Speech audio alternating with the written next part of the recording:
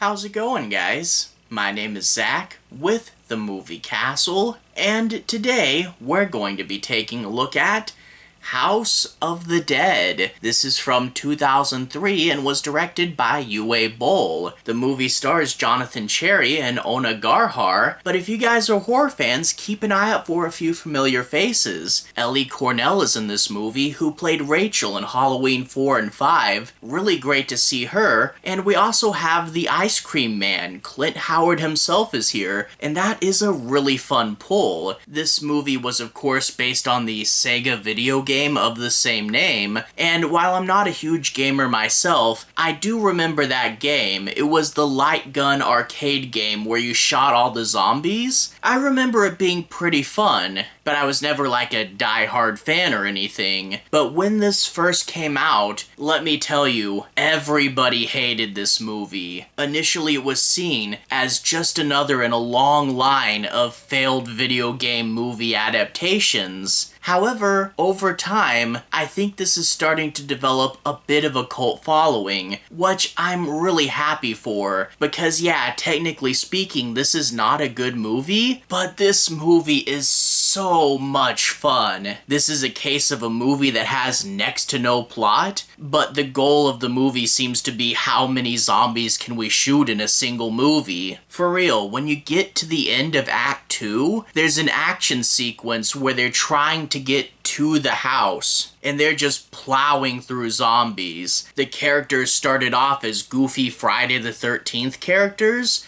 but then for whatever reason a switch flips and they all become action stars. During that Act 2 climax, everybody's running around, doing little stunts, killing zombies. The music is going super intense, and the camera's going nuts, just spinning around in these 360s. It is so much energy and so much life. For real, this is like the ultimate party movie. If you guys got a few friends and you want to watch something cheesy, House of the Dead is a really good pick. And the movie keeps doing such fun, random nonsense. It has a framing mechanism where the main character starts talking to the camera like he's a film noir detective. They randomly do the opening scene of Jaws, but with zombies for like no reason. And also they use actual screen grabs from the video game as transitions. Whose idea was that? That's crazy. But for real, I really am glad that this is starting to get a cult following. It is a really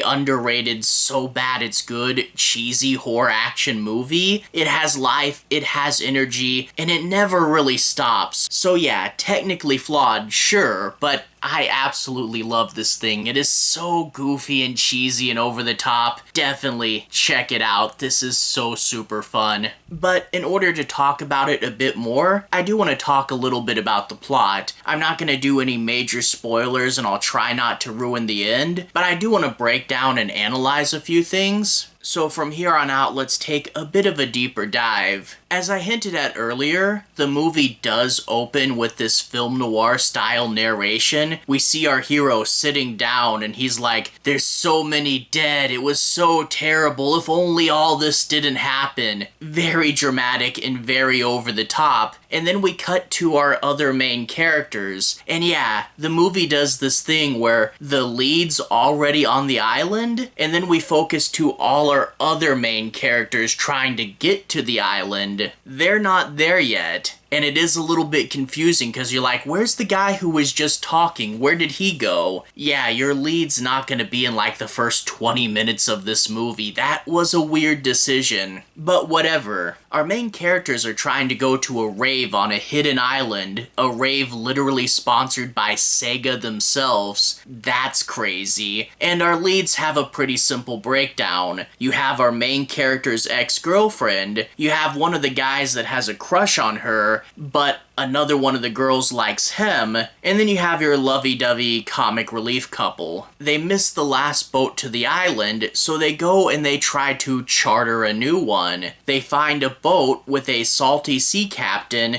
whose first mate is Clint Howard in a yellow raincoat. Both of these are fun, over-the-top characters, and they pay for a charter, but little did they know that these two are actually on the run weapon smuggling, and were looking to get out anyway. Fun fact, when they get to the island, they hide the weapons they have been smuggling in these crates around the island, which is why you can find boxes of weapons and ammunition, just like in a video game. Boy, the way this movie chooses to incorporate video game stuff is all super odd decisions, but whatever, cheesy fun, right? The main characters go to the rave, and it's all torn up and abandoned, and they really don't care. They're happy, like, oh wow, look, we have the whole place to ourselves. Which, two things, yeah, A, really, what happened here, guys? Only the main girl is even remotely concerned about that. But B, it's a rave. Didn't you go there not to party by yourself? Didn't you want a crowd?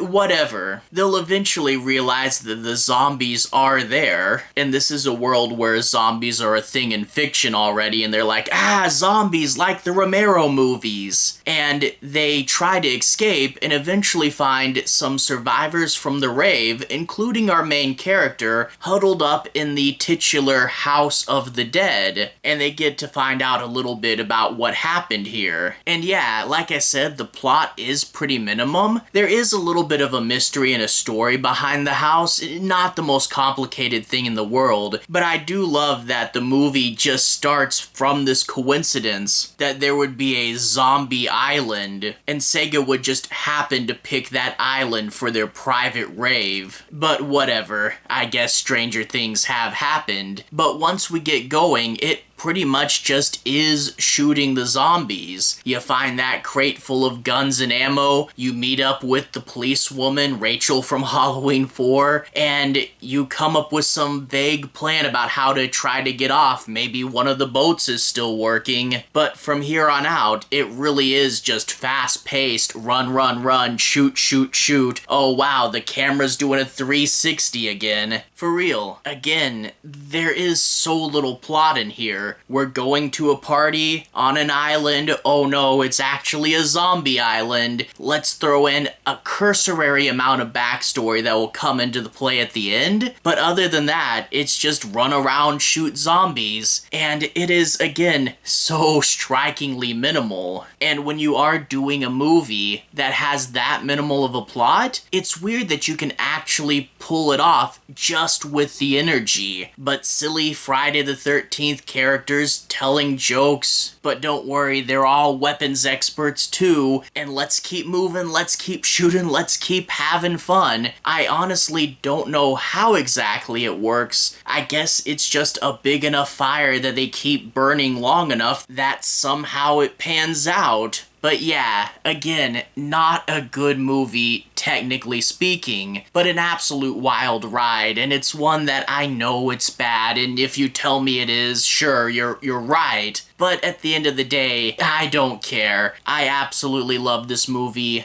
Good, cheesy fun. For real. Check it out if you haven't. Definitely add this to your so bad it's good horror movie pile. It deserves to be there. Anyway though, to everyone who's watched so far, thank you for watching. To everyone who's liked and subscribed, thank you. You really are helping the channel out. I'll leave a relevant playlist on the bottom. This should be my zombie movies playlist. If you guys want to see me talk about other zombie movies, you can feel free to click right there and see more. Anyway, have a good day. I'll see you guys again very, very soon.